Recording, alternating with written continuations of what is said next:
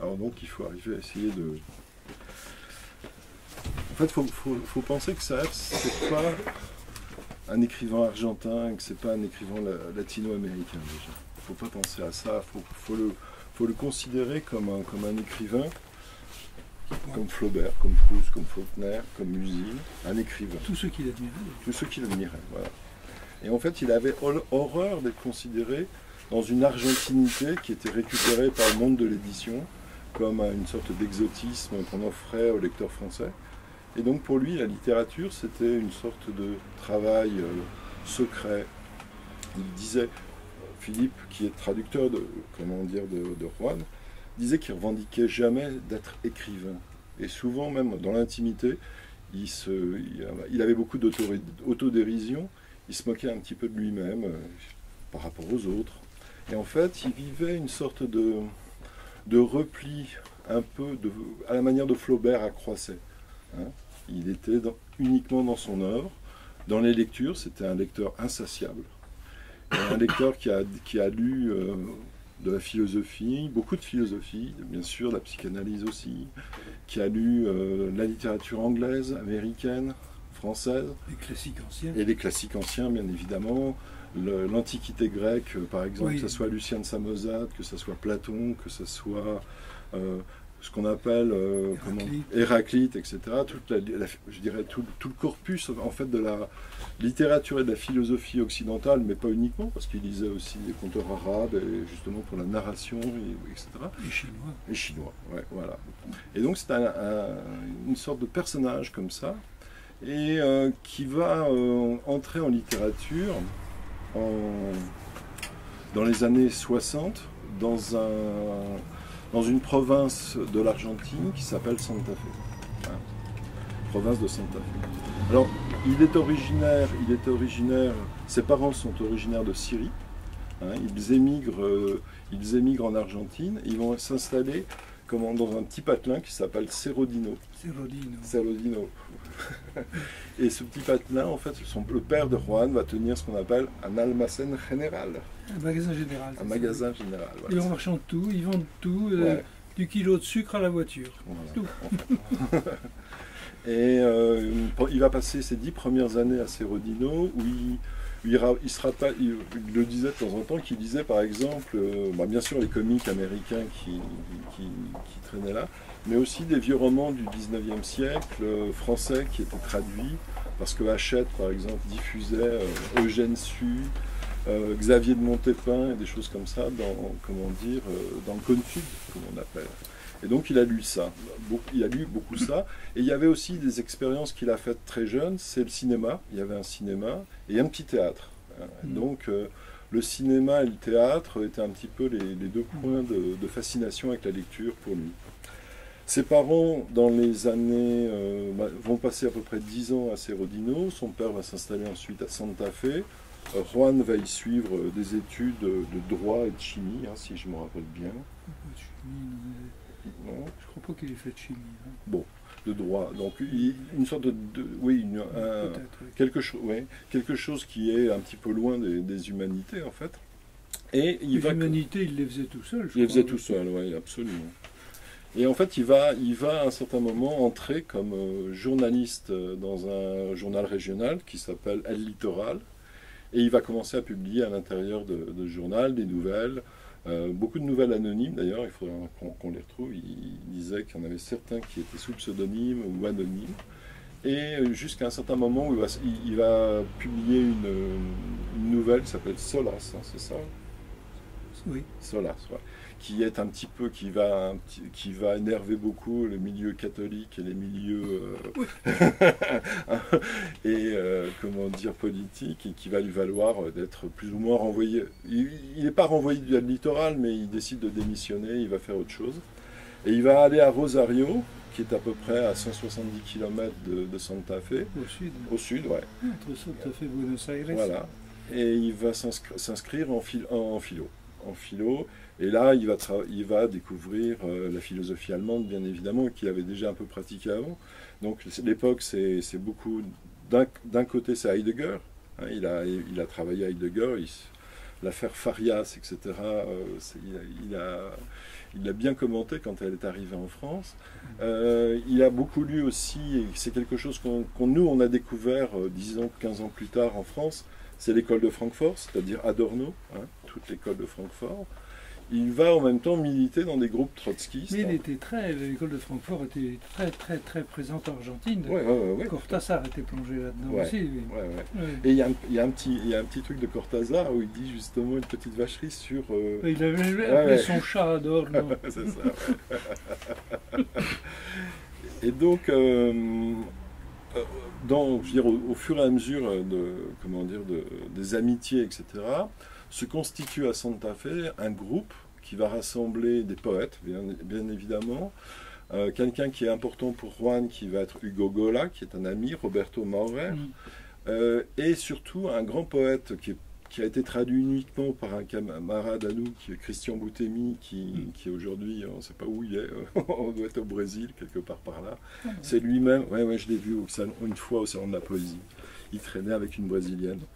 Et donc c'était les éditions Arcane 17, voilà, et donc Hugo Gola va être traduit chez Christian Boutemi, chez Arcane 17 dans les années 90 à peu près, hein, si je ne me trompe pas. Donc Roberto Maurer, Hugo Gola, et le grand poète c'est Juan L. Ortiz, voilà, qui est, pour ceux qui l'ont lu, bien sûr, c'est pas en même temps, c'est Washington Noriega qui est à l'intérieur de tous les personnages sont toujours ça voilà. et autre chose. Voilà. Et lui, il est Ortiz et beaucoup d'autres. Voilà. Donc il joue constamment, c'est déplacer tout le temps les choses. Il n'est pas tout tomatisme, mais il y a du tomatisme, etc. Et donc, en revenant de Rosario, j'espère que je ne me suis pas perdu dans la chronologie, il va rentrer à l'université del Litoral pour enseigner le cinéma, qui va enseigner le cinéma, l'esthétique cinématographique. Et il va rencontrer une nouvelle génération, ce sont ses étudiants. Il y a principalement Raúl Becerro et Marilyn Contardi qui deviendront cinéastes. Mais il faut comprendre que cinéaste en Argentine, dans ce moment-là, pour tourner un film, il faut beaucoup d'argent. Donc ils vont souvent un petit peu courir le documentaire ou des choses comme ça. Et ils vont réaliser aussi Nicolas Sarkis. Hein. Et avec Nicolas Sarkis, Raúl Becerro et Marilyn Contardi, ils vont adapter des premiers romans de Juan. Il y a Palo y Hueso, si je ne me trompe pas, Nadie Nada Nunca, etc. Il me semble. Ouais, je crois, mais je prends mes notes parce que là... Oui, non, Palo y Hueso, je comprends. Ça doit être ça, ouais. Non, c'est pas ça. Ouais, c'est ça. Ouais, c'est ça. Oui, Palo y Hueso en 68 par Nicolas Sarkis et l'adaptation de Becerro de Nadie Nada Nunca, en fait. Voilà. Oui. Et Marilyn Contardi réalise un film sur Juan L. Ortiz que vous pouvez voir, et je l'ai revu cet après-midi, il est sur YouTube ou sur un site de cinéma comme ça. Alors, ça va réunir, après avoir publié La Zona, dont parlait tout à l'heure Philippe Bataillon, dans les années 60, il va publier ensuite, 4 ans plus tard, Responso, en 64, Palo y Hueso en 65, La Vuelta Completa que Philippe a traduit en 66, et en 1968, il va publier, en 67, il va publier Unité de lieu, Unidad de lugar. Hein. Unité de lieu, bon, unité de lieu, c'est une mise en abîme aussi de la propre unité de lieu de l'ensemble de l'œuvre, hein, qui est bien évidemment centré sur le Paraná. Voilà, qui est centré sur le Paraná, le Rio de la Plata, les marais. Et en fait, si on regarde bien la topographie de la région, puisqu'il appelle la région en fait, mais c'est aussi la région de l'être où il se moque un peu de Heidegger aussi. Hein. Il y a plein de clins d'œil comme ça sur le... Bon, il connaît très bien Heidegger, le Dasein, toutes ces choses-là. Et il joue avec ça, mais il en fait des trucs narratifs. La région de l'être, pour lui, c'est la région, etc. Il joue beaucoup avec la philosophie à l'intérieur des romans, mais ça passe pas inaperçu, mais il ne veut pas justement appuyer. Et ces premiers textes sont vraiment des textes très expérimentaux qui sont, je dirais, à lire après la deuxième partie de l'œuvre. Hein, c'est un petit peu plus difficile d'aborder Juan par les grands paradis, unité de lieu, que de rentrer par Glossa, par exemple, qui est une des portes d'entrée, à mon avis, dans l'œuvre de Juan, comme peut l'être l'ancêtre, et Glossa. oui, Glossa, ouais. Non, Ça, c'est un roman d'une économie parfaite. Voilà. Et en 1968, donc au moment de la dictature, c'est des choses qu'il m'a dit, peut-être il a dit à Philippe, il va peut-être me corriger. En fait, il milite bien évidemment politiquement, il a pris des prises de position. J'ai vu des coupures de presse de l'époque où il jette des pavés dans la mare dans le comité des écrivains qui se réunissait à Entre Rios, là, du côté de chez Juan Ortiz. Tout ça, ça va jusqu'à Buenos Aires. Et il part précipitamment en 68 parce qu'il sait qu'on va le dénoncer, comment dire, à la dictature. Et que voilà. Ce qui est fatal. Ce qui est fatal et qu'il n'a pas envie du tout d'avoir... de terminer dans un sac, dans un hélicoptère et jeter à l'intérieur du Rio de la Plata. Hein. C'est comme ça que les disparus, généralement, étaient exécutés. Donc il arrive en France, il a une bourse de l'Alliance française, si je ne me trompe pas. Je ne sais pas si c'est l'Alliance française ou quelque chose, ou des affaires étrangères. Des affaires étrangères. Quelque chose comme ça. Et il va trouver une place, je crois que c'est Dominique Fernandez qui l'aide pour rentrer à Rennes. À l'université de Rennes. Je ne sais pas qui l'a aidé, mais je sais qu'il a dû être aidé. Et il est rentré là à Rennes et il y est resté jusqu'en 2000. Jusqu'à sa retraite. Jusqu'en 2002, voilà. Alors, est-ce qu'on peut... Il y a une nouvelle... je dirais, il y a une nouvelle... c'est un peu bête de dire ça. Il va repenser un petit peu son propre univers et il va certainement le rendre plus accessible que dans les premiers romans. Hein, c'est évident. Réussir pour lui, par exemple, L'Ancêtre. L'Ancêtre, il en était très fier parce que c'est un roman accessible pour tout le monde, L'Ancêtre, en fait. C'est comme... Et en fait, il recherchait cette... En même temps, c'est un roman philosophique. En même temps, c'est un roman philosophique. Il recherchait quelque chose qui était le plein pied pour le lecteur. Voilà. Et en même temps, le plein pied, en même temps, je dirais, accueillir un lecteur dans une sorte de cercle, une humanité que n'importe quel lecteur ressent, je dirais, au bout de 5 pages de Juan. Au fur et à mesure, en fait, bon, il va y avoir plusieurs romans. Donc il y a L'Ancêtre, il y a Glossa autour duquel il tournait depuis un certain temps. Et en fait, Juan n'a pas de théorie littéraire. Il disait constamment les mêmes choses. Il disait je sais ce que je veux pas écrire. Voilà. Il disait je sais ce que je veux pas faire. Mais en même temps, il y avait une pression, je dirais un pressentiment de quelque chose qui pouvait se construire de telle et telle manière. Il avait beaucoup une vision du temps et de l'espace, hein, qui était préalable, je dirais, à l'écriture. Et puis quand les choses atteignaient une masse critique, comme on dit, en physique, eh bien à ce moment-là, il se mettait à écrire et il écrivait, je dirais, dans ses carnets. Je les ai rarement vus, ces carnets. Oui, moi j'ai laissé des cahiers difficiles à lire parce qu'il avait une écriture difficile, mais où il y a peu de rature, c'est-à-dire que tout le travail mental était fait en amont. Il avait aussi des carnets où il y avait des fragments, des essais, des morceaux. Et quand il commençait à écrire un livre dans son cahier, après il y avait peu de repentir. Ouais. Il n'y en avait pas beaucoup. Voilà. Et donc les choses avaient été déjà pratiquement abouties quand il commençait à écrire dans son cahier, pas dans ses carnets. Et tout ça, bien évidemment, entrecoupé de lecture, de cinéma aussi. Je me souviens quand il a vu Paris, Texas de Wim Wenders, il est revenu, il a dit c'est Santa Fe, c'est pas possible. Voilà, c'est ça. Pensez, voilà, c'est Paris, Texas, Santa Fe, c'est un petit peu ça. Et en fait, cette unité de lieu, c'est-à-dire, va lui servir, je dirais, qu'est-ce qu'on pourrait dire de terre littéraire, mais pas une terre au sens heideggerienne, c'est plutôt un espace d'expérimentation narratif. Voilà. Et en fait, c'était parce que Juan tente toujours des expérimentations narratives.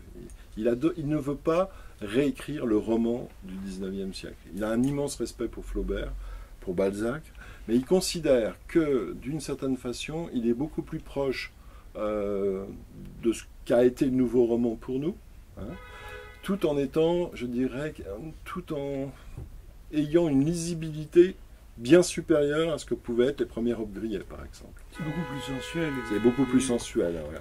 Il y a une espèce de présence de ce qu'il décrit, qui est une présence toujours très sensuelle. Tout à fait.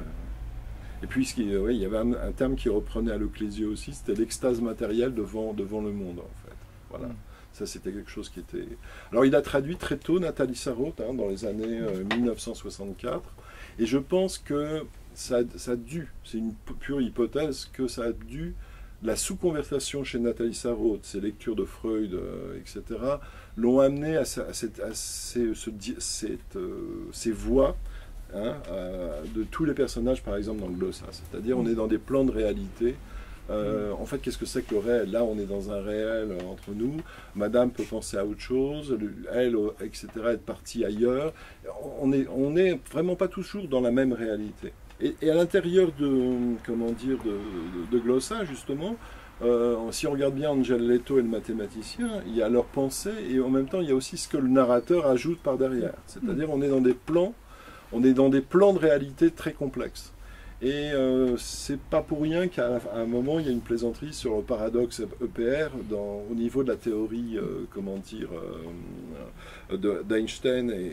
C'est qu'en fait, pour Juan, il y a quelque chose qui est nécessaire à l'intérieur, qui n'est pas nécessaire, il le sent comme ça, c'est un principe d'incertitude. Voilà, ce principe d'incertitude organise un petit peu la trajectoire des photons, qui s'appellent l'un le mathématicien et l'autre,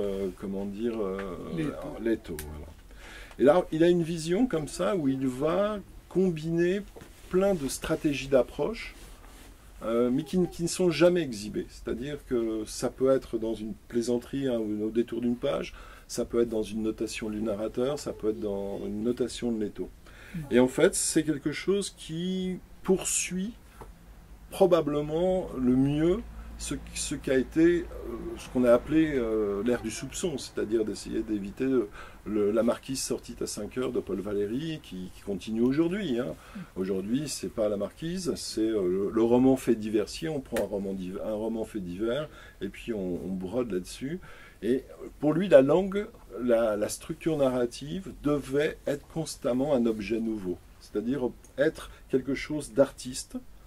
Il parlait toujours du travail d'écrivain comme un artiste, et aussi en tant que, là je prendrai un terme comment s'appelle-t-elle, la spécialiste de Pérec, Anne Roche, parce que Pérec écrivait bien évidemment, lui aussi avec son autobiographie, on le sait aujourd'hui, dans plein de choses, et Anne Roche parlait d'autographie, c'est-à-dire, c'est pas l'autobiographie, je me raconte pas, mais j'avais repris cette image que tout le monde connaît, je suis un peu la matière moi-même de mon livre, de Montaigne. Mais bien sûr, repenser à la manière de Juan, c'est-à-dire rediviser par le sujet psychanalyse, lacanien et tout ce que vous voulez. Parce que ça, il connaît ça très très bien, bien évidemment.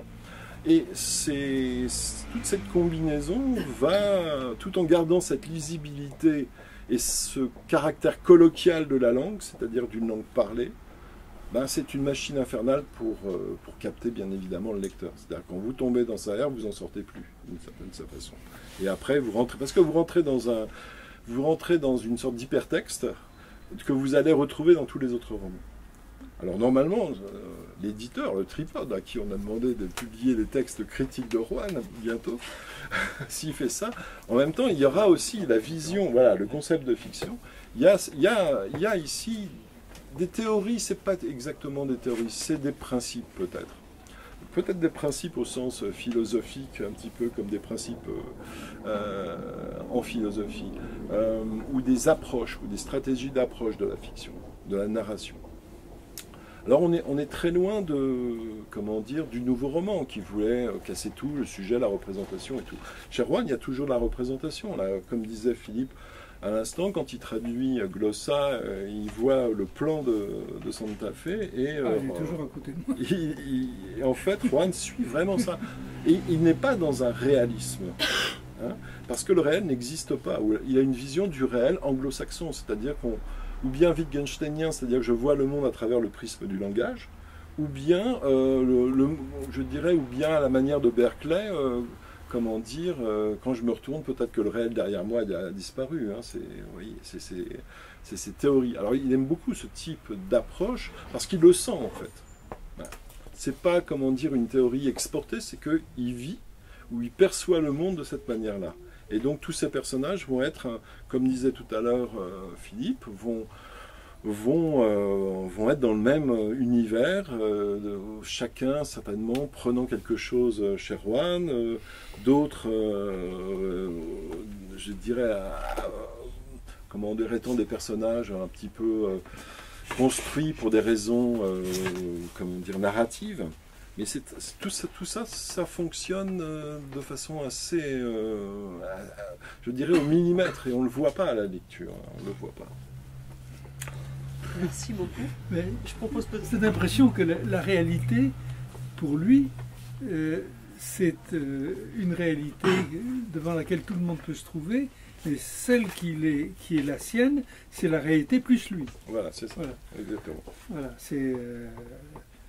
mais c'est vrai d'une traduction, hein. Quand on traduit, on a le texte plus le traducteur, et le traducteur, s'il ne s'ajoute pas, la traduction est ennuyeuse. Oui. Je crois que c'est un petit peu un avatar de cette réalité, ouais. plus celui qui la regarde. Et là, pour illustrer cette introduction, on peut lire un extrait de Glose.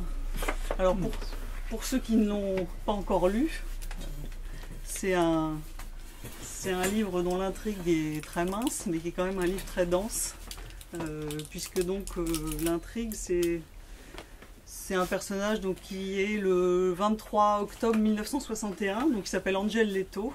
Il prend le bus pour aller au travail et il décide de descendre avant l'arrêt normal, et au lieu de se rendre à son bureau, de marcher dans la rue. Et là, dans la rue, il va rencontrer une deuxième personne, donc un personnage qui s'appelle le mathématicien. Et ces deux personnes sont d'apparence très dissemblables, et ils vont commencer à évoquer ensemble un événement, enfin la fête d'anniversaire, une fête d'anniversaire à laquelle ils n'étaient ni l'un ni l'autre. Donc la fête d'anniversaire de Washington Noriega. Cette fête a été racontée aux mathématiciens par un autre personnage qui s'appelle Bouton, et en fait l'ensemble du roman va tourner autour de ça, autour des multiples versions de la fête d'anniversaire qui vont être apportées, et de tout ce qui se passe dans la rue, de la circulation, de leurs souvenirs intérieurs, et dont tout ça va perturber et former des versions qui en fait plus on avance dans le roman, moins ça devient clair. Donc je vous lis un extrait de Glose. Et plus ça devient bien. Et plus ça devient bien. Et puis, comme si ça ne suffisait pas, il y a le personnage de Tomatis qui vient donner un coup de pied dans la fourmilière et qui dit mais c'était pas du tout comme ça. Et il y a des versions 18 ans plus tard de l'anniversaire. Oui, je vous lis un extrait. Le pas dont ils vont maintenant, bien accordé, n'est ni lent ni rapide, plus régulier que jamais, comme s'il avait fallu à leurs jambes, à leur corps entier, un long trajet pour trouver un rythme commun qui à présent les englobe, les transformant en une sorte de machine dont le mécanisme intègre les différences entre les deux corps et équilibre les dimensions pour obtenir un rendement commun. Vu du dehors, le rythme est si régulier qu'il semble délibéré. Du dehors, n'est-ce pas? Et cependant, on ne pourrait trouver deux personnes plus dissemblables. Le rugbyman athlétique et raisonneur, aussi parfait du point de vue physique qu'une image publicitaire, tout habillé de blanc, y compris les mocassins achetés en août à Florence, et dont le père, avocat progressiste, est cependant propriétaire de milliers d'hectares autour de Tostado. Le mathématicien, enclin, comme je le disais, à nager, qui sait pourquoi, dans le fleuve incolore des prémices, propositions et postulats, et de qui Tomatis, qui lui a donné ce surnom, a coutume de dire qu'il tire de ces mêmes prémices, propositions et postulats, une satisfaction malsaine. Affirmation que Leto, à vrai dire, n'a jamais pu vérifier et qui pourrait bien être une calomnie de Tomatis contre les sciences exactes en général, en prenant prétexte du mathématicien. Et l'autre, Leto, Angel Leto, n'est-ce pas, maigre, les jambes un peu arquées, beaucoup plus petit et plus jeune, assez myope, dont la chemise et le pantalon, de qualité 3 ou 4 fois inférieure aux vêtements blancs du mathématicien, se combinent avec moins d'élégance. Leto, qui n'habite que depuis 1 an à peine dans cette ville où il est venu avec Isabelle, sa mère, laquelle a fui l'évidence d'un suicide comme un cataclysme universel. Leto, qui pour survivre, tient la comptabilité de plusieurs magasins, et qui ce matin, pour des raisons aussi inexplicables que celles qui poussent le mathématicien vers les syllogismes et les théorèmes, a décidé, au lieu d'aller travailler, de descendre l'autobus et de se mettre à marcher le long de la rue San-Martin en direction du sud. Impossible d'être plus différent, bien que quelque chose malgré tout les mette à égalité.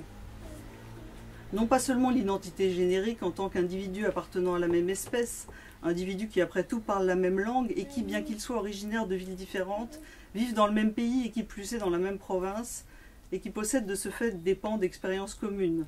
Non, rien de tout cela qui à l'évidence leur est propre et qu'ils partagent avec tous leurs compatriotes, comme on dit, ou leurs congénères. Non, rien de tout cela, rien, mais quelque chose de plus particulier et pourtant de plus indéfini.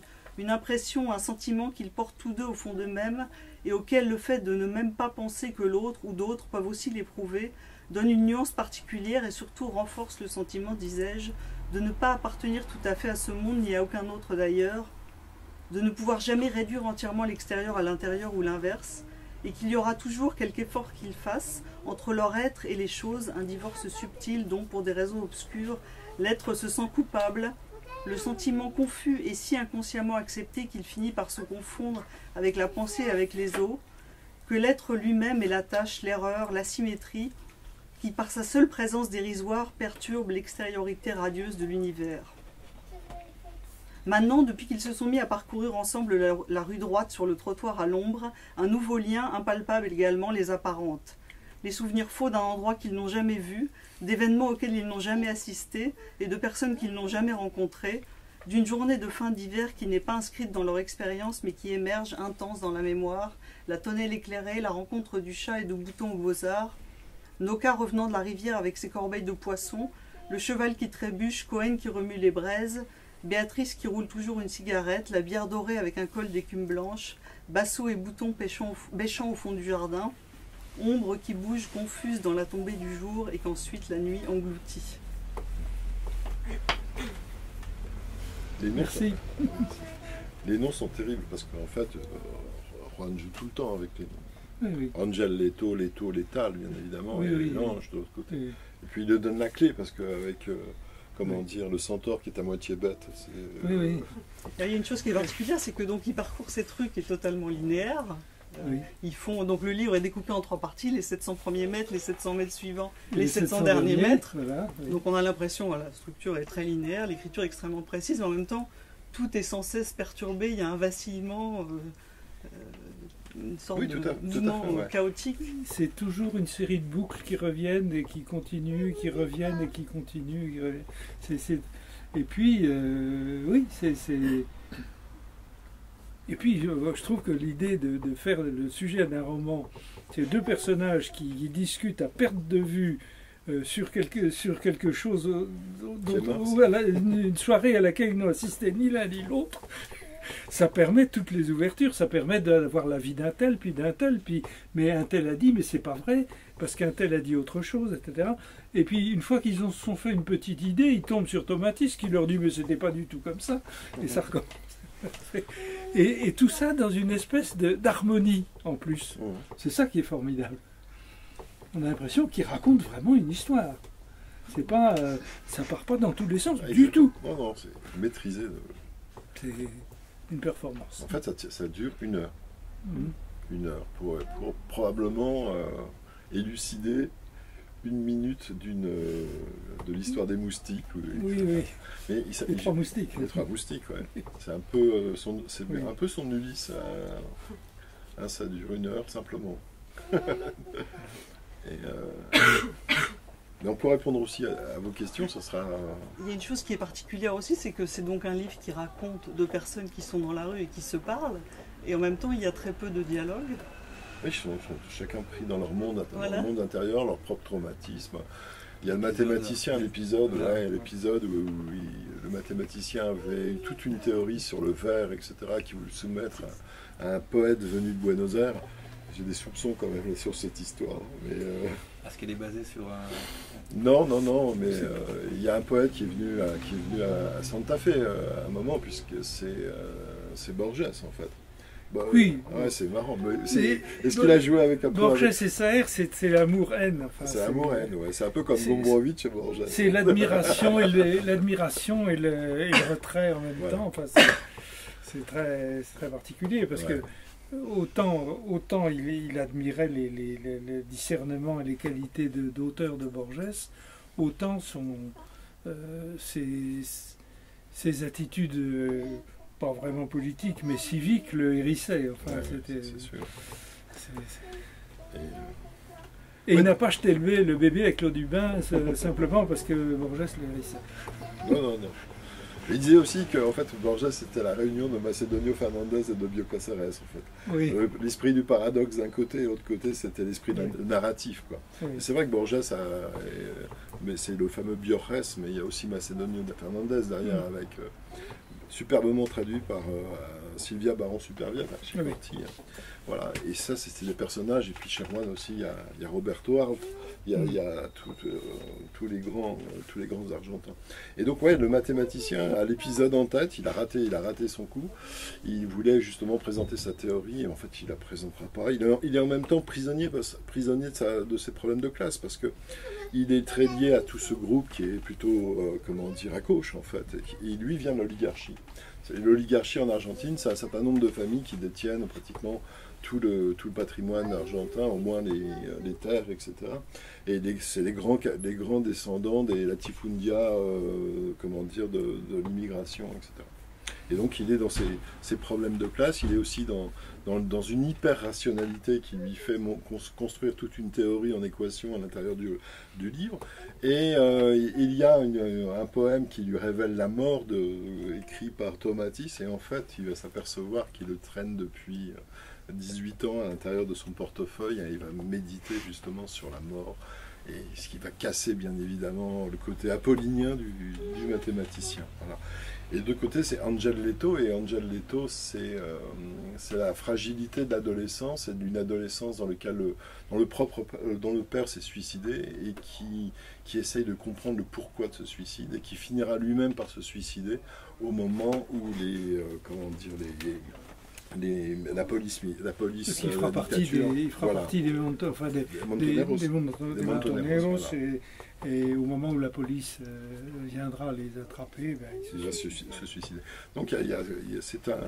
Alors, Juan parlait souvent, pourtant c'est assez tragique, parlait souvent de comédie pour ça. Mais il entendait toujours le mot comédie au sens shakespearien du terme, c'est-à-dire c'est pas la comédie à la française, c'est pas Molière ou c'est pas Feydeau, c'est à la fois un mélange de dérision, d'ironie et aussi de caractère assez tragique. Hein. Et c'est une comédie comme ça. Et Philippe avait raison de rappeler tout au début que, je dirais, Juan est une culture grecque, plus que latine d'ailleurs, plutôt grecque que latine, chez Juan, qui dialogue tout le temps avec les grands, c'est-à-dire avec les tragiques grecs, avec Héraclite d'Éphèse, avec Platon bien évidemment, parce que la scène récurrente, et c'est pas une scène récurrente qui est uniquement propre à Juan, c'est la scène récurrente du banquet. Hein, que ce soit les hypnosophistes d'Athénée, que ce soit, l'autre texte de Plutarque aussi sur le banquet. Le banquet à la fois qui est un peu le banquet des érudits et en même temps le banquet de Platon, où de l'échange va naître la vérité ou les sophismes. Voilà. Et en fait, les assados de Juan sont construits en fait sur des versions, humoristiques. Je dirais dérisoire pour lui, de ces banquets-là, où on va tenir bien évidemment des théories, présenter des sophismes, etc. Et ça, c'est vraiment au cœur de son art narratif, hein, parce que les assados, on les trouve pratiquement jusqu'au dernier livre. Dans la Grande Fue, dans la Grande. Voilà. Et c'est le dernier chapitre de la Grande qu'il a écrit. C'est l'assado le soir du samedi. Et donc là, mais il disait aussi qu'on avait surnommé Santa Fe la Nouvelle Athènes à un moment donné au 19e. Elle était très contente. Ça. Donc la dimension du banquet, le banquet après Platon, mais il continue. Il y a aussi les banquets érasmiens avec les humanistes, les banquets, aussi dans Fellini, les orgies, etc. C'est toute une commensalité narrative en fait. Voilà. On peut répondre à des questions. On va lire un extrait de L'Ancêtre, donc qui est le premier des romans historiques qu'a écrit Saër. Il en a fait 3 en tout. Il y a L'Ancêtre, L'Occasion et Les Nuages. Et donc celui-là, ça s'inspire d'un fait réel, ce qui est assez étonnant chez lui. C'est la seule fois, je pense. Non. Lequel? L'arrivée de Juan de Solis qui est débarqué en 1777 oui, il y a Plata, et qui débarque et qui se font manger par un cannibale. Mais non, parce que c'est à Buenos Aires c'est pareil, à Santa Fe c'est pareil, à chaque fois ils se font manger. Et 2 fois. Et donc apparemment donc ce bateau, seul le mou serait survécu, qui serait resté 10 ans avec les Indiens avant de retourner finalement en Espagne. Donc il s'est inspiré de ça pour écrire l'ancêtre. Donc là on va lire un passage où le navire ça rentre dans les eaux du Rio de la Plata, qui ressemble à une mer, parce que c'est l'estuaire le plus large du monde, il va faire 300 ou 400 km de large, quelque chose comme ça. Quand on est d'un côté on ne voit pas l'autre. Voilà, il y a Montevideo de l'autre côté, mais on ne voit pas cette même à Buenos Aires, qui est déjà assez loin dans les terres, on ne voit pas quand on est sur les terrasses de l'aéroport, on voit pas la rive d'en face. Donc voilà, on va lire ce passage-là qui raconte l'arrivée du bateau dans les eaux du Rio de la Plata. Après un temps de navigation le long des côtes, nous entrâmes dans une mer aux eaux douces et de couleur marron. Une mer tranquille et désolée. Quand nous eûmes atteint une des rives, nous pûmes constater que le paysage avait changé, que la forêt vierge avait disparu et que le terrain était moins accidenté et plus austère. Seule la chaleur persistait. Et cette mer de couleur étrange, eau lisse d'un marron tirant sur le doré. Puis des côtes désertes. Voilà tout ce que nous vîmes quand nous entrâmes dans la mer douce. Nom que lui donna le capitaine en invoquant le roi avec les gestes machinaux qui lui étaient habituels, une fois que nous eûmes touché terre. Depuis la rive, nous vîmes le capitaine s'avancer dans l'eau jusqu'à la ceinture, fendre l'air plusieurs fois et toucher l'eau de son épée qui vibrait à cause du rituel de cérémonie. Mes yeux novices suivaient avec intérêt les gestes précis et compliqués du capitaine, mais ils ne parvinrent point à percevoir le changement que mon imagination se promettait. Après le baptême et la prise de possession, cette terre muette persistait à ne laisser transparaître aucun signe, à ne dépêcher aucun message. Du haut du navire, et tandis que nous nous éloignions vers ce que nous supposions être l'embouchure du fleuve qui teignait les eaux en marron, je demeurais à regarder le point où nous avions débarqué et, bien que nous n'ayons levé l'ancre que depuis quelques minutes à peine, il ne restait nulle trace de notre présence. Tout n'était que côte déserte, ciel bleu, eau dorée. Nous avions l'illusion de fendre cet espace inconnu à mesure que nous allions le parcourant, comme si, avant nous, il n'y eût eu autre chose qu'un vide imminent que notre présence peuplée d'un paysage humain, mais, une fois que nous l'avions laissé derrière nous, dans cet état de somnolence hallucinée que nous dispensait la monotonie du voyage, nous constations que l'espace dont nous pensions être les fondateurs avait toujours été là, et qu'il consentait seulement à se laisser traverser avec indifférence, sans rien garder de nos empreintes, et dévorant même celles que nous y avions laissées exprès, afin d'être reconnus de ceux qui viendraient après nous. Chaque fois que nous débarquions, nous étions comme un fourmillement fugitif sorti du néant, une fièvre éphémère qui miroitait quelques moments au bord de l'eau et après s'évanouissait. Quand nous entrâmes dans le fleuve sauvage qui formait l'estuaire, je sus par la suite qu'ils étaient plusieurs, nous naviguâmes quelques lieues, mettant en émoi les perruches qui nichaient dans les escarpements de terre rouge, évitant à peine le lent grumeau des caïmans sur les rives marécageuses.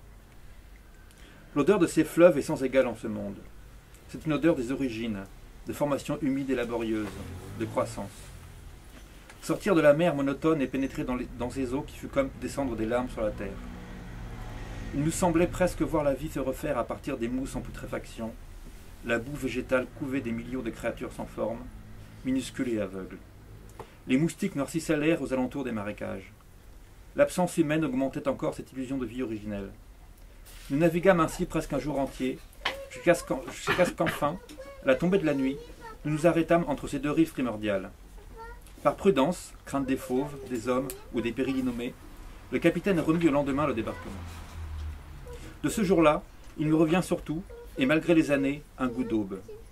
Voix un peu enrouée de sommeil, premier bruit créant, dans le noir, un espace sonore et l'être même qui émerge à grand-peine du fond, reconstruisant le jour imminent quand une main, déjà éveillée, dans le matin innocent, le secoue.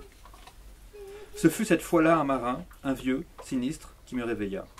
Je faisais partie d'un groupe qui devait descendre à terre avec les capitaines pour une expédition de reconnaissance. Nous nous rassemblâmes, à moitié endormis, achevant de nous vêtir, sur le pont où le capitaine nous attendait déjà, cerné par la pénombre du point du jour. Au-dessus des câbles et des mâts qui se découpaient, net, sur cette pénombre, brillait, énorme et fixe, l'étoile du matin. Nous étions 11, y compris le capitaine. Dans une seule embarcation, nous mîmes le cap sur la rive du couchant, et il nous souvient encore que, tandis que nous ramions en nous éloignant des navires, nous nous éloignions ainsi aussi de la tache rouge qui teignait le ciel derrière les arbres, sur la rive opposée. Quand nous touchâmes terre, il faisait presque jour. Notre présence sur la plage argileuse augmentait encore le tapage des oiseaux. Nous évoluions, précis, dans la lumière du matin.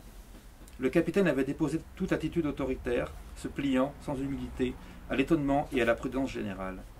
Avoir libéré son esprit de la rigidité du commandement semblait l'avoir laissé dans un état de disponibilité animale qui allait lui permettre de mieux affronter ce que pouvaient garder en réserve ces airs inconnus. Donc, ce qui est intéressant, c'est qu'on y a le rapport à la nature, la présence de la nature, qui est une nature qui dépasse, qui est énorme. C'est un peu le thème de ce roman-là, qui est un peu, on pourrait dire que c'est un peu le mythe fondateur de l'œuvre de Saer, parce que c'est un peu, ça se passe dans une espèce de lieu qui serait plus tard à Santa Fe. Enfin, en fait, entre guillemets, les Indiens ils s'appellent les Colastinais. Voilà, en fait. Et il habite Colastine Norte. C'est comme si, c'est difficile à trouver. C'est comme si vous habitez un lieu, comment dire, un lieu dit à côté d'une ville, par exemple Orléans. Je sais pas, imagine à côté d'Orléans qui est, je sais pas, les Trois Plateaux ou quelque chose comme ça. Il va donner le nom ce nom-là aux Indiens. C'est là où il habitait, les Colastinais. Et donc il va construire quelque chose. Les Indiens Colastinais. Les Indiens Colastinais, voilà. Et bon, il joue avec ça, il joue aussi avec Lévi-Strauss, parce qu'il mélange le cru et le cul. Et puis il y a dans ce texte cette espèce d'impression presque de terreur sacrée que ces gens ont devant cette nature démesurée, inhabituelle. Qui là, les dépasse, et en même temps il faut que la reconstruise tout le temps. C'est comme si la tenait du bout des bras. On a l'impression qu'ils sont un peu devant une espèce de terreur. Oui, oui, tout à fait.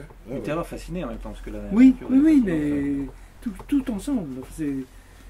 Rien n'est séparable, c'est toujours vraiment un tout. Et donc du coup, dans ce moment, il y a une longue scène d'orgie. Où les Indiens cannibales mangent les malheureux membres de l'expédition, qui sont découpés en morceaux dans quelque chose qui ressemble un peu à un assado quelque part. Oui, c'est un assado. Mais en Nouvelle-France, il y avait, il y a des gravures sur Jean de Léry, etc. Ils sont coupés comme ça aussi. Oui, absolument. Oui, probablement. Il a vu ça. C'est la Floride. C'est la Floride. Et donc du coup, le mousse qui lui survit, c'est les Indiens qui le gardent vivant, qu'il appelle le Devghi, qui doit être quelque part un rôle de témoin, qui doit assister à leur orgie, symboliquement. Tout en restant dehors. Tout en restant dehors, voilà. Absolument, oui. Il n'est jamais mêlé. Il a toujours cette espèce de place ambiguë. Il ne sait pas pourquoi il reste là longtemps. C'est une place un peu narrative, en fait. Aussi, oui, parce qu'après, c'est lui qui raconte l'histoire, évidemment. Position, il faut bien qu'il y ait un témoin pour raconter, sinon ça... Et non, tout à fait, oui. C'est un livre... Non, puis sur la vie quotidienne, les mœurs des Indiens, tout ça, les guerres entre tribus, les prisonniers qu'on élève et qu'on engraisse pour les manger quand ils seront à point, etc. Tout ça dans des rites extrêmement calmes. C'est très apaisé. Et moi je pensais que dans un de ses essais, dans ce livre-là, il parle, il critique la vision... Sayer détestait le réalisme magique. Donc, il ne cite pas Garcia Marquez, mais bon, on parle de Garcia Marquez. Voilà. Et donc, il disait, oui, c'est latino-américanité forcée, le mythe du bon sauvage, etc. Donc, je pense que ça va un peu contre ça. Il y avait une expression, il disait que c'était la carte de ses pulsions, en fait. Il disait ça de ce roman-là. Il disait ça. L'ancêtre, c'est la carte de mes pulsions. Et donc, en fait, il joue. Mais ce qui est marrant, c'est de voir, comment il joue avec des textes de l'époque. C'est-à-dire, il y a Hans Staden qui raconte justement cet Alain Skenet allemand qui est là-bas et qui va raconter pour Buenos Aires ce qui s'est passé, en fait. Et puis, il va y avoir aussi au niveau des grands récits sur les Indiens, du cône sud, du Rio de la Plata. Il y a beaucoup de textes là-dessus. Et je pense que la matérialité, la beauté et la matérialité du monde, la nature, etc., ça c'est quelque chose il a beaucoup lu aussi, il le sent déjà, mais il a beaucoup lu quelqu'un qui a réédité Hudson. Qui a lu, Hudson. Et Hudson, c'est quelque chose c'est un naturaliste à la Plata, si vous l'avez vu. Ça fait partie des grands textes comme ça qui font partie de ce livre proche, quoi. C'est Humboldt, Il y a Humboldt aussi. Il y a Humboldt aussi. Ça fait Humboldt et Bonpland. Qui a écrit des mémoires qui en espagnol s'appelle Ayaleros a Tiempo, mais je ne sais pas comment ça s'appelle en français. Où il rappelle 30 ans plus tard, il se rappelle sa jeunesse en Argentine. Ça sortit chez Stock dans les années 1920-1930. Il y a quelque chose qui est magnifique dans ce livre et dans l'œuvre de Sayer en général, c'est le rapport au temps. Parce que donc là, le narrateur raconte ça à la fin de sa vie. Oui, quand il est devenu un vieil homme. Vous parliez de ça, de la temporalité chez vous. c'est très difficile parce que... Et alors ce monde des Indiens est un monde dont on sent qu'il est totalement inventé, enfin inventé, il y a des bases, mais totalement reconstruit, et on le sait bien. Et en même temps, il est d'une réalité quotidienne. La présence du fleuve, le mouvement de vent dans les branches, très étrange. Ça, le temps, c'est un thème qui est très très difficile. Il expérimentait des formes de temps. Par exemple, dans Glossa, il expérimente quelque chose. Mais aussi le temps circulaire, la circularité, le temps de l'éternel retour, etc., qui font partie des grandes temporalités mythiques. Il a aussi, il connaît aussi les paradoxes, on parlait de la paradoxe opère, les paradoxes de l'espace-temps aussi. Donc il joue avec ça dans d'autres romans.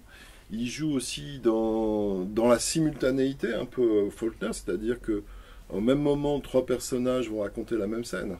C'est comme dans Tandis que j'agonise, il aimait beaucoup ce roman. Et il y a ça dans quel roman où il y a 3 cicatrices, où il y a 3 personnes. Cicatrices. Ça tombe sur la même. Voilà. Non, l'expérience du temps et de l'espace. Moi, j'ai toujours entendu un peu dire que c'était, je dirais, en même temps. On parlait de théorie, il n'a pas de théorie littéraire, il sait ce qu'il ne veut pas faire, mais une expérience du temps et de l'espace, ça l'intéresse. Voilà, au niveau narratif. Mais du coup, le temps, c'est un peu un thème borgésien aussi. Donc, oui, mais chez Borges, c'est un peu académique quand même. Oui, mais c'est pas... Oui, Borges aussi s'en préoccupe, mais d'une manière tellement différente que j'ai pas l'impression qu'il parle de la même chose. Non, probablement pas. C'est très Paul Valéry chez Borges, s'il parle de temps, par exemple. Et même, c'est vrai, bon, il va pousser les paradoxes de façon très rigoureuse. L'Aleph, comment dire, la mort et la boussole, par exemple, c'est construit comme un truc égal. On est obligé d'arriver à la fin. C'est mathématique, c'est logique. Chez Juan, il peut y avoir de la logique, mais cette logique est beaucoup plus souple. Elle est beaucoup plus combinée avec des thématiques, des personnages, des situations. Mais l'expérience du temps, oui, c'est le genre de thèse d'État à faire. Le temps chez Saer, par exemple. On ne va pas vous résumer ça en 10 minutes. C'est pas possible. Est-ce que vous avez une question? Oui, vous qui avez accès au cahier, précisément, il écrivait de manière linéaire son texte? Oui. Ah ouais. Oui, il commençait du point A et... Oui, il commençait son roman au début, il le finissait à la fin. Oui, absolument. Oui. Il avait construit son plan et son équilibre avant de commencer à écrire, justement, et il avait fait des essais sur les carnets où il y avait des choses qui étaient quelquefois inachevées, qui étaient des mouvements des mouvements d'écriture, mais quand il commençait à écrire dans le texte d'un roman, il le maîtrisait complètement, et je pense qu'au fur et à mesure qu'il écrivait, il avait la projection à long terme, bien sûr, et au fur et à mesure qu'il écrivait, il avait la projection à court terme de ce qu'il faisait. Ce qui fait qu'il y avait très peu il y avait des retours, il y avait des corrections, des suppressions, mais il n'y en avait pas beaucoup. Et il a très peu travaillé sur ordinateur, uniquement un tout petit peu pour son dernier livre, La Grande, traduit sous le titre de Grande Fugue. Dans ce livre-là, il y a un texte où il parle du rapport, le corps avec le stylo qui est écrit, c'est très important. Moi, je ne sais pas pour me mettre en avant, mais je suis incapable d'écrire sur un ordinateur, je sais pas. Pour moi, c'est commode pour ensuite mettre les choses au propre, mais pour écrire, il me faut ma main et un papier. Je me demandais si sort de ces textes de manière linéaire comme ça, parce qu'il parle souvent que la musique pour lui c'est une influence, la perfection formelle de la musique, quelque chose qu'il admirait beaucoup. Et il parle à propos de Les Grands Paradis, à la fin pour lui ça devient une forme pure, ce livre, qui est peut-être le plus radical de ce livre aussi. Oui. Peut-être que c'est un lien, cette capacité d'avoir toutes les choses dans la tête. Et du coup, oui. En fait, il écrit comme un poète, c'est-à-dire qu'il compose tout en tête. Et il pose les choses ensuite. C'est un petit peu ça. Oui. Un peu comme Baudelaire qui estomaquait les gens dans les cafés, où il prenait un truc et il écrivait un sonnet. Mais il avait médité le sonnet pendant 3 jours auparavant. Voilà. Oui. Et je pense que l'aboutissement. C'était l'aboutissement. Voilà. Oui. Et le type disait comment il fait. voilà, c'est-à-dire c'est un travail. Alors, je ne sais pas. Je sais que quand il commençait à écrire un roman, il se mettait dedans. Je ne sais pas à quelle cadence ça se passait. Ça, j'ai pas la moindre idée. Je n'en ai jamais parlé. Je sais pas de quel recul et de quels arrêts il avait besoin pour que les choses finissent de prendre forme. Je ne sais pas. Ça, je ne peux pas dire. J'ai entendu dire une fois que de temps en temps, il retouche un peu le début. Oui.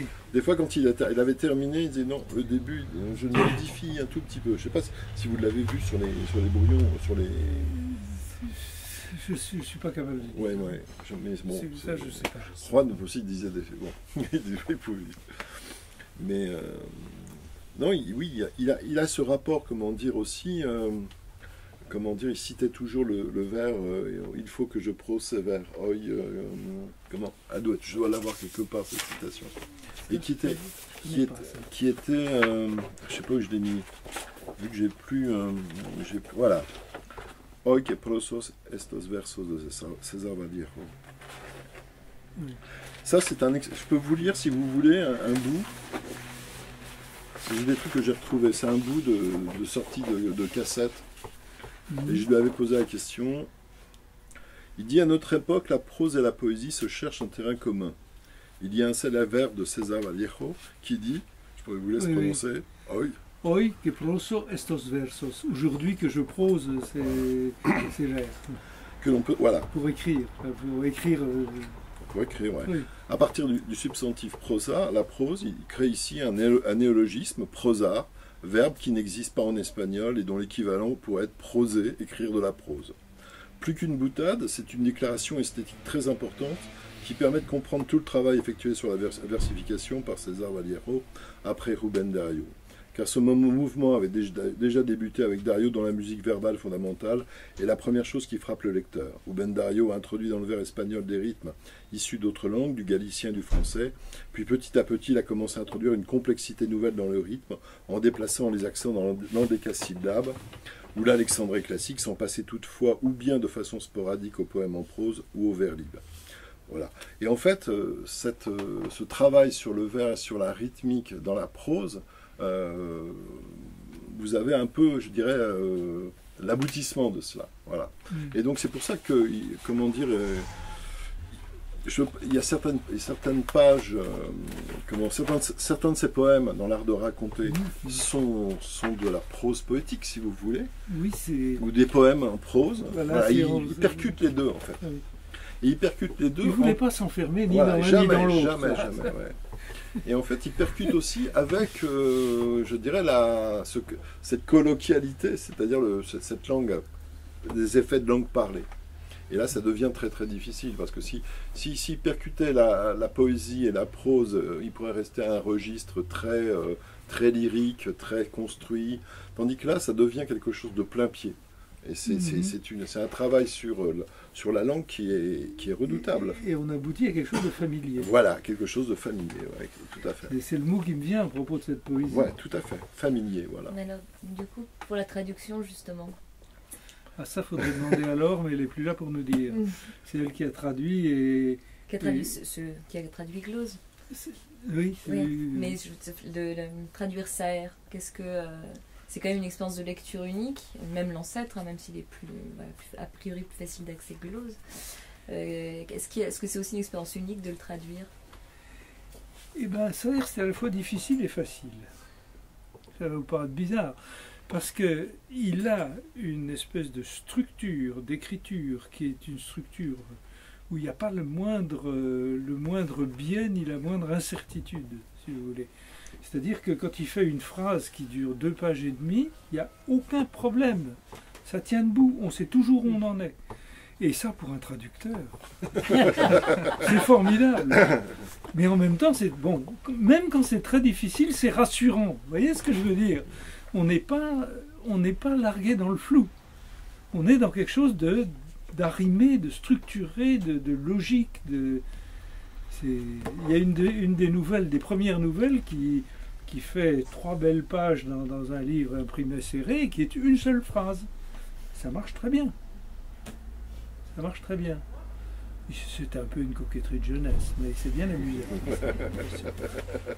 Je reposais juste un truc sur l'histoire de la langue parlée. J'ai eu une interview de Saër des années 2000 où il s'inquiétait, vu qu'il ne vivait plus en Argentine depuis longtemps, il s'inquiétait de garder toujours un conscience l'argentin tel qu'il était parti en Argentine, même en n'y étant plus, de maintenir, de s'actualiser. Il y a toujours ce souci du détail précis. C'est étonnant, oui. Et Cortázar avait perdu un peu il disait que la langue de Cortázar, il avait un peu perdu par rapport à l'argentin qu'on parlait à... Oui, mais Cortázar est très francisé. Il le savait, il s'en fichait. Hein, ça ne le dérangeait pas. Moi, il parlait un français. Ah bah oui. Les Argentins l'accusaient de prononcer les R à la française, Cortázar. C'est pour ça qu'il est très facile à comprendre pour quelqu'un qui n'est pas forcément espagnol, parce qu'il a un... Oui, mais alors, pour le traduire... Pour le traduire, cette espèce de liberté de ton, de familiarité, je crois que c'est une des choses les plus difficiles à faire passer d'un texte dans un autre. Je suis plus admiratif des traductions de l'or de Cortázar que de celles de Saër. Je suis admiratif de celle-là, mais je pense que structurellement, elle est moins difficile. Ouais. Parce que c'était un cadre très, très ferme, très ferme. C'est pas du tout, il n'y a pas de liberté de ton. Enfin, si, mais pas d'une façon voyante.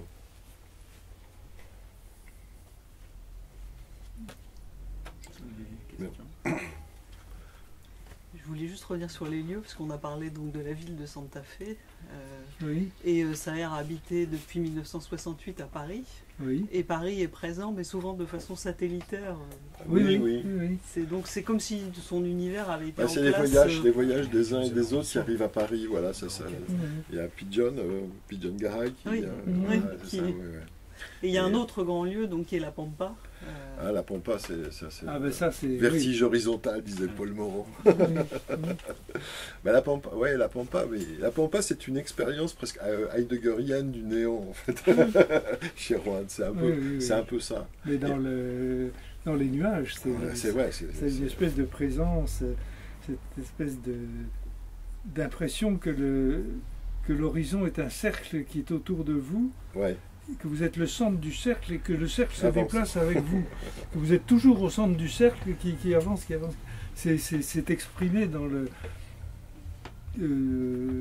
c'est dit, mais c'est en même temps ressenti d'une manière très très forte.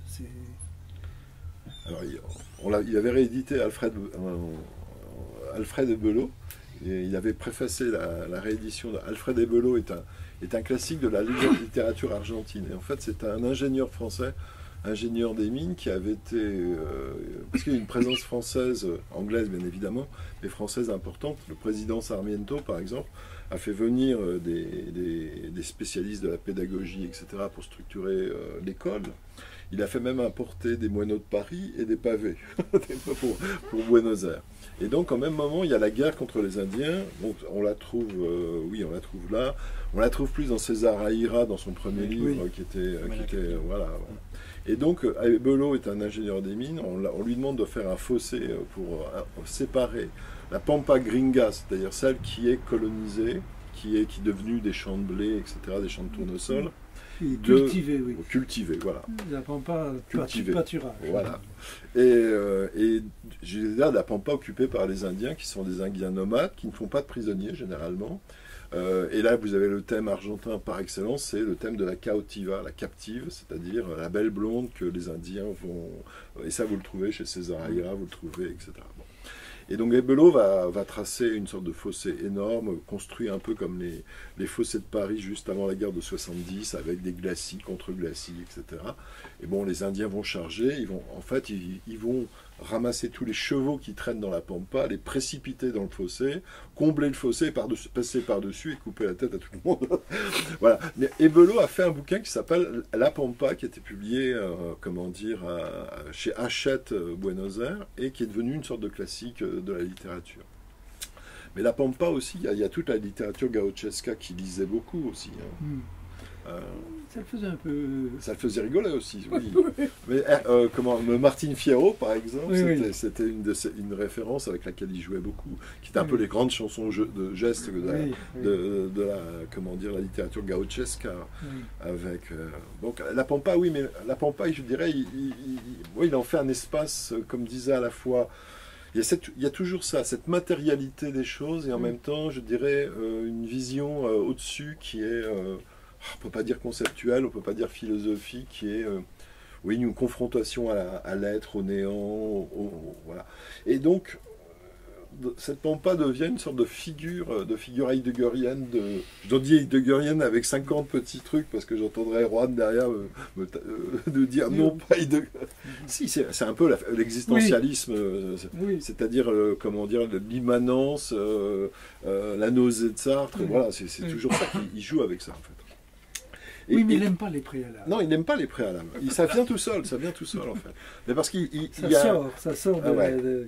Il a quelque chose par exemple, au XVIe siècle, on parlait d'innutrition pour les humanistes qui étaient tellement nourris de grec et de latin qu'ils pensaient pratiquement. Et en fait, Juan pensait à la fois dans tous ces sens-là. C'est-à-dire qu'il avait besoin de temps en temps de ramener un bout de Grèce, il le mettait avec un peu de vision, ses propres visions. Il avait aucun complexe en fait dans son écriture. Il prenait, il se donnait pas des limites, il se donnait aucune limite. Et donc oui, il y a cette Pampa, et il y a aussi ce qui est très souvent chez Juan, c'est le marais. C'est-à-dire au bout du, le delta du Paraná en fait est complètement un espace marécageux. Et là, avec pour des lui, canaux, des îles, etc. Des îles, voilà. Et donc là, c'est vraiment l'espace, je dirais, paludéen au sens de Gide. Gide entre les paludes, quoi. C'est le mal-être, c'est la souffrance. Oui, mais le marais du Paraná, c'est beau aussi. C'est très très beau. Oui, mais c'est c'est pas un marais qui n'en finit pas. C'est une série d'îles séparées par des canaux. Voilà, c'est un peu comme le marais Poitevin, mais à l'échelle du Paraná. Mais c'est pas le marais Poitevin, on patauge pas dans le marais, il y a des canaux. C'est des morceaux de rivière qui séparent des morceaux de terre. C'est ça. Et souvent cultivés. C'est vrai, Mais le marais, quand même, il y a une récurrence du marais chez lui. C'était... Oui. C'est presque... Oui, mais il y a une espèce d'équivoque, parce qu'en espagnol, ça s'appelle la laguna. Or, la laguna, c'est entre le marais et le lac et la lagune. Il n'y a pas d'équivalent en un seul mot en français. Bon. Est-ce que vous avez d'autres questions? Une petite précision, vous avez dit que c'était Anne Blanche qui avait parlé de l'autographie dans le cas de Pérec. Oui. Et il me semblait que c'était J.B. Pontalis, donc peut-être que je me trompe. C'est possible. Voilà, donc oui, je pense que peut-être qu'elle a appris à Pontalis. Vous avez bien raison, oui. Voilà. Par exemple, quand on lit les séminaires de Lacan, on se dit de temps en temps que Juan les a lus. Surtout celui sur le moi, par exemple, le séminaire de Lacan sur le moi. Et il commence d'ailleurs par un exposé c'est Coiré ou Pontalis, je ne sais plus, sur le Ménon. Vous voyez, il est hyper, il y a plein de références chez lui, mais elles ne sont jamais montrées, c'est ça. C'est avec ça qu'il écrit. Il ne va pas épuiser le lecteur en disant... peut-être qu'un écrivain français le ferait. J'ai lu Lacan. Dans les cellules, assimilé, exactement, voilà. Intériorisé, et ça fait partie de ce qu'il ressort. Ça fait partie. Voilà. Mais je vous propose de boire un verre, continuer la discussion. Je vous remercie beaucoup d'être venu. Je remercie également beaucoup les éditions du Tripode, grâce à qui on peut faire lire, faire découvrir Juan José Saer. Voilà.